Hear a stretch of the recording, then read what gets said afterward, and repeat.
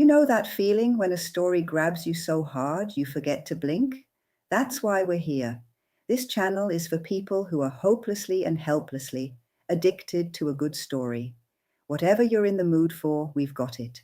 So pull up a chair, get comfortable, and welcome to your new addiction.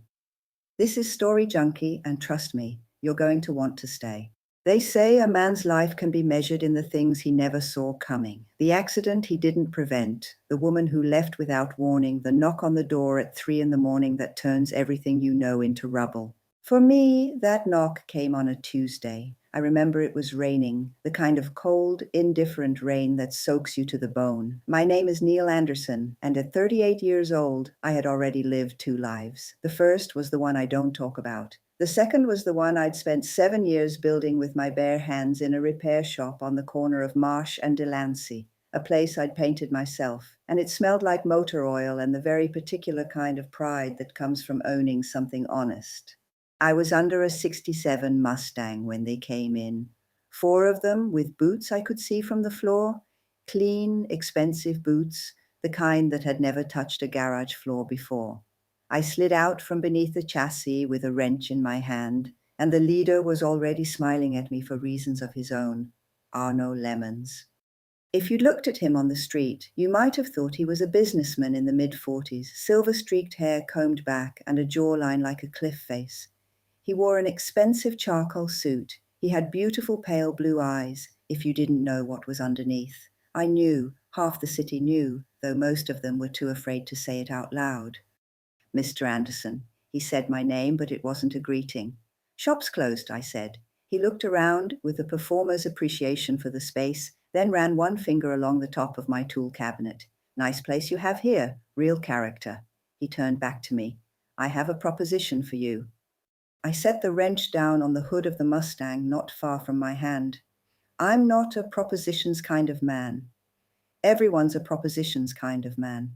He smiled again, and this time I noticed it didn't reach those ice water eyes. I need an exclusive mechanic, someone who can handle certain vehicles that need to move without being seen, someone with a particular skill set. I knew what he was asking. The cars would be stolen. The cargo might be anything, and the men driving them would be the kind of men who made mothers lock their doors. Get out of my shop, I said. The smile didn't waver. He nodded slowly, as if I'd confirmed something he already suspected. Then he straightened his cuffs, turned, and walked out into the rain. His men followed without a word. I told myself I'd handled it. I told myself it was over, but I was wrong about both. 3 weeks later, I was arrested for the murder of a man named Gus Pelletier. I had never met Gus Pelletier in my life. The evidence was immaculate. Surveillance footage from the parking garage where Pelletier was found showed a man in a dark jacket matching mine, driving a car registered to a dummy company that, when you dug 3 layers deep, had my name on a paperwork trail so elegant it almost made me admire whoever built it. My fingerprints were on the door of the vehicle. My DNA was recovered from the scene, a single hair planted by someone who'd done this before. They didn't even let me finish the call to my lawyer before the cuffs went on. Detective Jonathan Watson was the one who arrested me. I remember his face, broad and weathered, with the permanent squint of a man who'd spent 20 years reading people and not liking what he found. He read me my rights in a flat, professional voice, and when he pushed me into the back of the cruiser, he said quietly, "You want to tell me what's really going on here? Now's the time." I looked at him. I've never seen that man before in my life. He held my gaze for a long moment. Then he closed the door. They gave me 15 years. I spent the first 6 months trying to prove my innocence through the system. My lawyer did what she could. Appeals were filed, motions were submitted. Every one of them died a quiet death in the courtrooms. The paperwork trail against me was extraordinary. It wasn't only convincing, but airtight in the way that only happens when someone with resources has spent serious time constructing it, someone like Arno Lemons. I had nothing but time in that cell, time to think, time to remember every detail of his face, the way he'd smiled at me, the way his boots had gleamed under my shop lights. Time to understand that what he'd built against me wasn't just punishment for refusing him, it was recruitment. He'd wanted me behind bars, afraid, desperate, and ready to cooperate from inside. Mechanics who could move clean cars were useful. Mechanics who were facing 15 years and had nothing to lose were priceless. He sent a man to visit me in the third month, a lawyer I'd never hired, with a message delivered in legal jargon that boiled down to, "We can make this go away if you're ready to have a different conversation." I sent the lawyer back with a message of my own. I told him where Arno could put his proposition. The escape wasn't planned, at least not the way they wrote about it in the papers afterwards, with maps and secret passages and accomplices in unmarked vans. Mine was messier than that. It started with a transfer, routine paperwork, or so everyone thought. I was being moved to a higher security facility 3 counties over because one of Arno's men inside had put a word in the right ear, suggesting I was a flight risk, which of course I was, and he knew it. He wanted me moved to a place where his reach was longer. Instead, it became the one moment of chaos he hadn't accounted for. The transport van hit a patch of black ice on the highway overpass. What happened next took 11 seconds. I know because I counted them later, over and over, the way you count the seconds of something that changed everything. The van fishtailed, the rear driver overcorrected, the vehicle rolled twice and came to rest against the concrete barrier, half hanging over the edge of the overpass. I had 3 broken ribs and a gash across my forehead.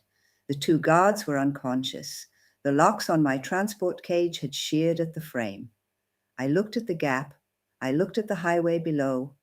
I looked at the dark that stretched beyond the overpass into the tree line, and I thought about Arno Lemons and his clean boots and his ice water eyes.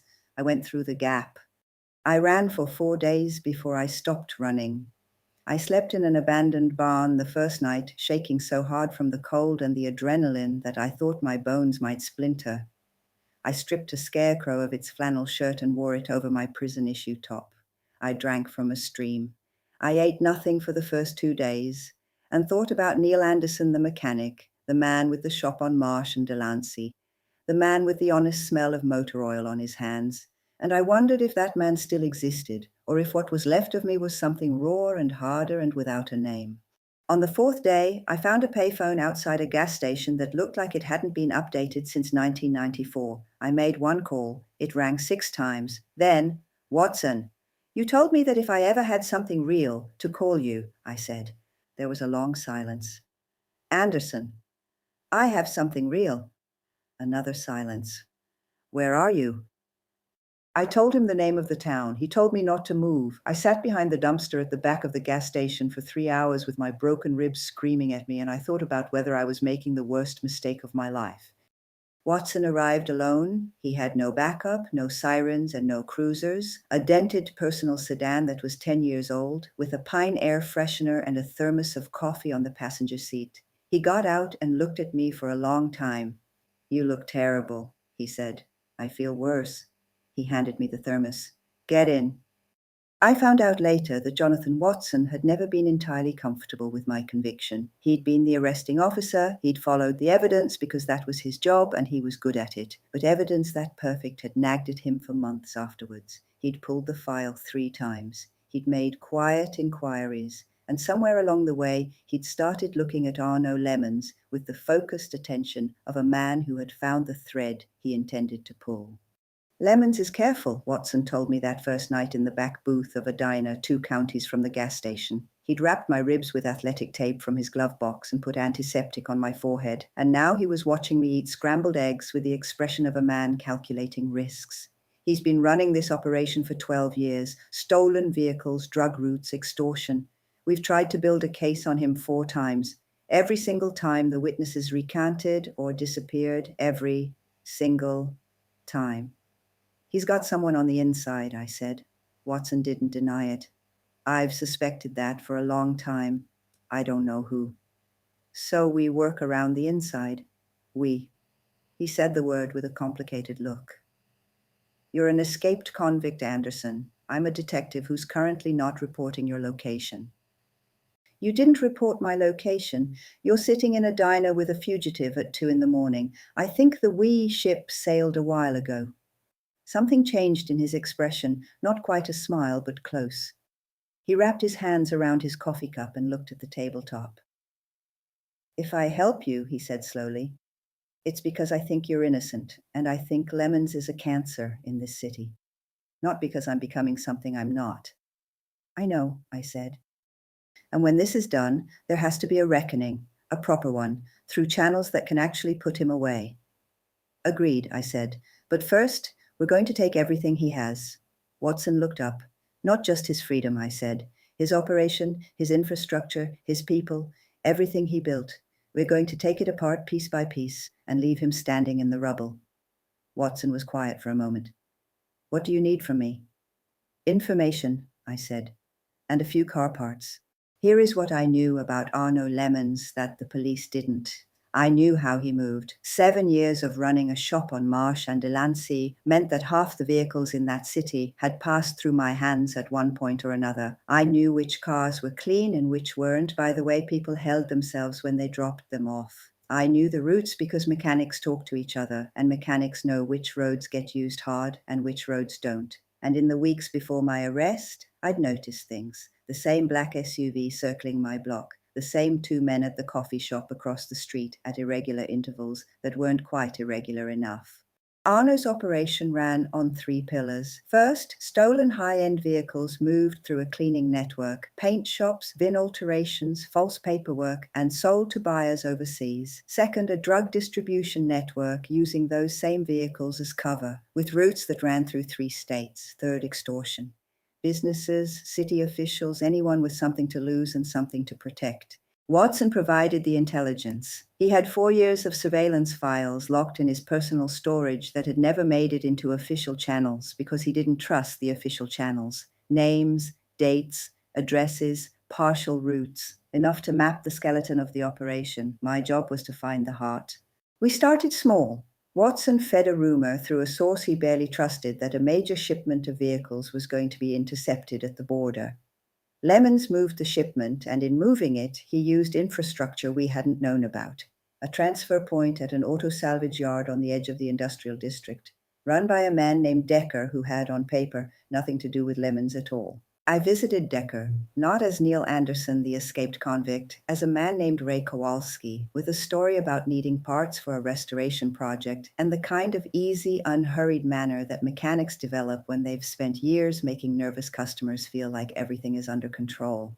Decker's yard was organized too well. Salvage yards have a specific chaos to them, parts in rough categories, rust and oil, and the archaeological layers of decade upon decade of discarded vehicles. This yard was methodical. The salvage was real, but it was furniture.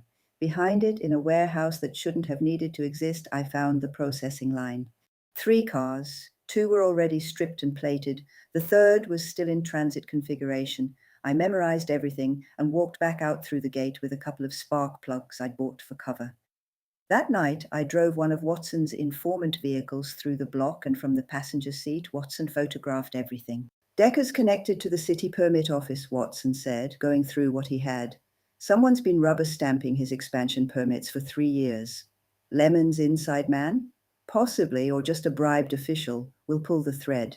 Watson set down the photographs. This is good, Anderson. This is real, but we need more. We need the roots, I said, and we need the ledger. Every operation like Arno's kept something, a record, digital or physical, of transactions that couldn't go through normal channels. Insurance against betrayal from within. I'd heard this from men I used to know in the life I don't talk about. The ledger was leverage. Whoever held it held everything. He'll have it somewhere he controls completely, Watson said. Then we need to find what he controls completely. It took 2 weeks of quiet work to find it. Watson tracked property records. I tracked behavior. I watched Arno from a distance through binoculars. From a rooftop I'd rented for cash, 3 days running.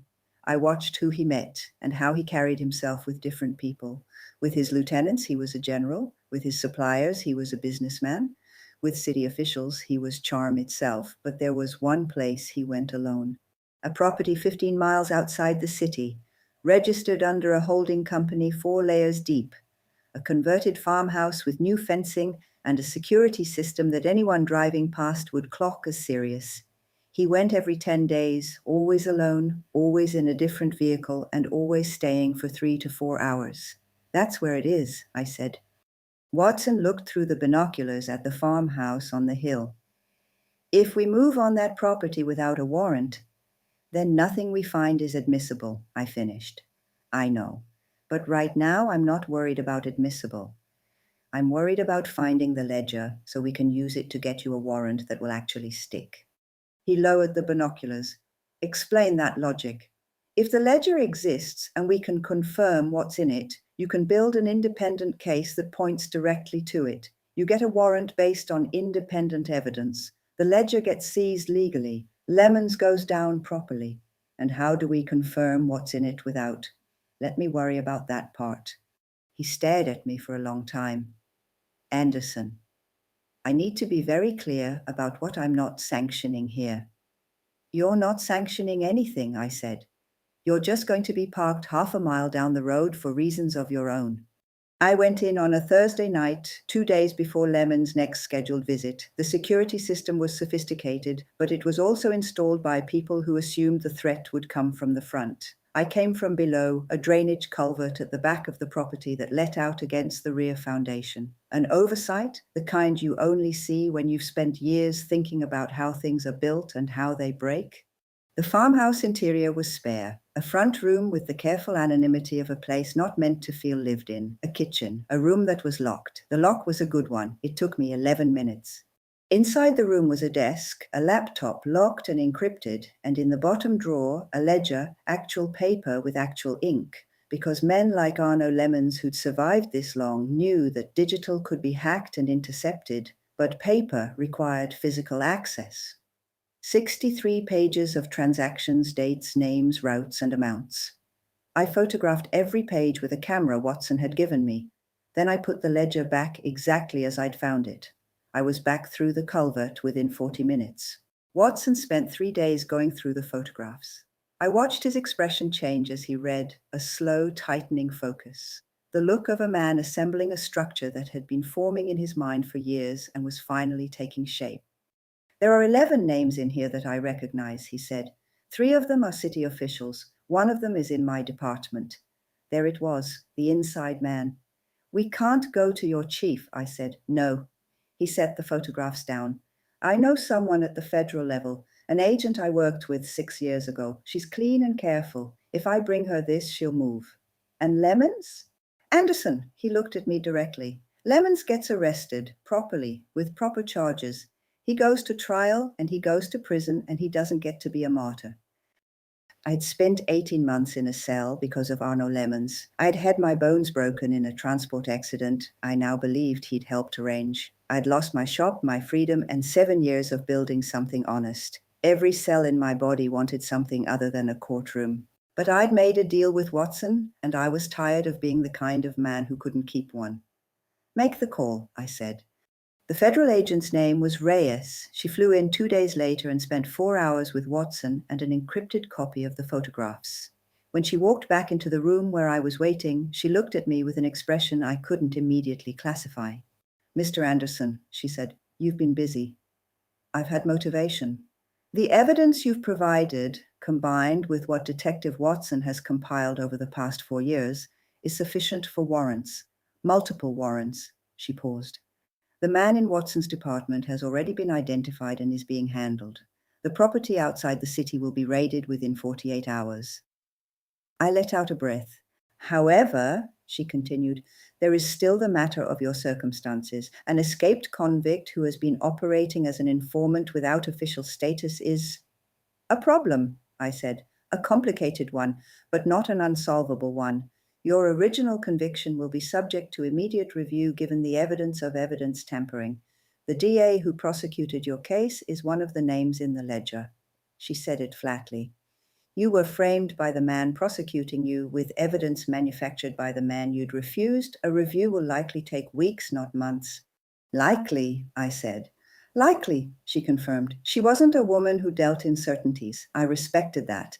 The raid happened at dawn on a Saturday. I wasn't there. Watson had been very clear about that. I was to stay at the safe house, watch the clock, and let the machinery of law do what it existed to do. I sat in a chair by the window and looked at the grey pre-dawn sky and thought about Arno Lemons waking up that morning in whatever clean, expensive place he lived, thinking about whatever clean, expensive plans he had for the day. Watson called at 6:47 a.m. We have him, he said. I closed my eyes. The farmhouse was exactly what you said it was. The ledger was there. The laptop had been partly wiped, but forensics will get what they need. Lemons was arrested at his residence at 6:15. He paused. He asked for a lawyer immediately. He didn't say another word. Good, I said. Good. Anderson. Watson's voice was different now, slower. There's something else. Decker gave a statement this morning. Apparently, he'd been looking for a way out for 2 years, and when federal agents showed up at his yard, he decided this was it. He's talking about everything, including the details of your framing. He was involved in the evidence plant. I stood up from the chair and walked to the window. The sun was beginning to come up over the rooftops. It's over, I said. The operation is over, Watson said. Your case, that's going to take some time, but Anderson, it's going the right way. The legal process took 4 months. I turned myself in with Watson beside me and federal coverage arranged by Reyes 3 days after the raid. I was placed in a holding facility that Watson had personally arranged, away from anyone with Lemon's connections. I ate, slept, and waited. If you made it this far, you already know you're a story junkie. Hit like, subscribe, turn on notifications, and let's feed that addiction together. A new story is always waiting for you here. The first dominoes were the easiest. The DA who had prosecuted me entered a plea agreement before the month was out, trading everything he knew for a reduced sentence. His testimony about the evidence planting was explicit, detailed, and devastating. Decker followed. Then two of Lemon's lieutenants, reading the room with the self-preservation instincts of men who'd spent their careers identifying the winning side. Arno Lemons went to trial in the fall. I attended every day. He was better in a courtroom than I'd expected, composed, patrician, wearing the same kind of expensive suit he'd had on the day he'd walked into my shop. He held himself like a man who was simply waiting for the world to correct a temporary misunderstanding. His lawyer was extraordinary. The delays, the motions, the procedural battles, they were weapons deployed with skill. They weren't enough. The ledger was authenticated. The transactions matched to bank records, vehicle records, shipping records. 3 city officials had already entered plea deals. The inside man from Watson's department sat in the witness box for 2 days and dismantled every remaining piece of Lemon's alibi architecture with the desperate efficiency of a man trying to save what was left of his own future. And then there was the testimony about my case, the mechanic on Marsh and Delancey who'd said no, the evidence manufactured against him because saying no had needed to become an example, the DA who'd been in Lemon's pocket for 4 years. The entire construction laid out in a courtroom, piece by piece. Lemon sat through all of it. His face barely moved, but I watched his eyes. It happened on the 3rd day of the testimony about me, when a forensics expert explained exactly how the hair sample had been obtained and planted, when Arno Lemons looked across the courtroom and found my face and held the gaze, and something in those ice water eyes shifted for the first and only time. There was no remorse. Men like Arno Lemons don't traffic in remorse. I saw acknowledgement that he had miscalculated, that the mechanic he'd written off as a minor obstacle, a small piece moved across his board, had turned out to be something else. I held his gaze and I didn't look away. The verdict was returned on a Wednesday afternoon in November, guilty on all 23 counts. Sentencing was 3 weeks later, 62 years, with no possibility of parole. Watson found me outside the courthouse afterwards. He looked 10 years younger than he had when he'd shown up at that gas station with his thermos and his dented sedan. We stood on the courthouse steps in the cold air, and for a moment neither of us said anything. Your conviction was officially vacated this morning, he said finally. It'll be in the public record by end of day. I looked at him. Full exoneration, he said. The governor's office reached out. There'll be a process for compensation. It won't be quick. I know. But it'll happen. I nodded, then looked out at the street. The city moved past us, cabs, pedestrians, a delivery truck idling at the light. What do you do now? Watson asked. I'd thought about this. I'd thought about it in the cell. I'd thought about it during the 4 days I'd run through the cold. I'd thought about it in the safe house watching the sunrise. I had a shop that had been seized and sold. I had 7 years of a life that had been taken from me. I had a name that had been dragged through enough newsprint to paper a house. But I also still had the knowledge of how to take an engine apart and put it back together. I had the knowledge of how things break and how they can be made to run again. It was the only real knowledge I'd ever trusted. "I'm going to open another shop," I said. Watson looked at me for a moment. Then he nodded once, slow and certain, the way he did when something confirmed what he already believed. "Same street?" he asked. "Different street," I said. "Time for something new." He put out his hand and I shook it. "You're a hard man to predict, Anderson," he said. "I've heard that," I said. "I want to tell you that walking away from that courthouse felt like something clean and complete, the way endings feel in movies, with the score swelling and the light hitting at the right angle and the sense that justice has a satisfying shape. But the truth is messier than that. 7 years doesn't come back. A shop built with 7 years of honest work doesn't rebuild itself overnight. There are nights when I still wake up in the dark, and for one disoriented moment, I'm back in the cell, counting the sounds of the facility, doing what prisoners do, cataloging the world down to its smallest units because the large units belong to other people now. Then I remember that I'm in my own bed, in my own space, in a world where Arno Lemons is in a federal facility and will die there. That helps. Watson and I talk occasionally. He made detective lieutenant the following spring, a promotion that had been quietly blocked for 2 years by the man inside his department, now serving his own time. He's a careful man, Watson, methodical, the kind of man who does things right, even when doing them right is the harder road. I understand that now in a way I didn't before.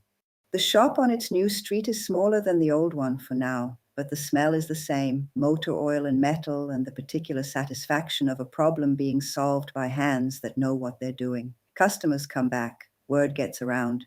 I am Neil Anderson. I am a skilled mechanic with a past. I spent 18 months in a cell for a crime I didn't commit, and then I helped dismantle the operation of the man who put me there, and then I walked back into the world and got to work. There's a 67 Mustang in the bay right now, same year, different car. I'm halfway through the engine rebuild. It's going to run clean when I'm done with it. Everything I touch runs clean when I'm done with it. That's the one thing Arno Lemons, with all his resources and all his reach, never managed to take from me. He should have thought harder about what kind of man he was dealing with before he walked into my shop. He should have thought a lot harder. You made it to the end of this story, and I'm grateful for that, truly. Stories like this one don't exist in a vacuum. They exist because real things happen to real people. People who trust, families who fight, systems that fail, and communities that have to decide what to do about that failure.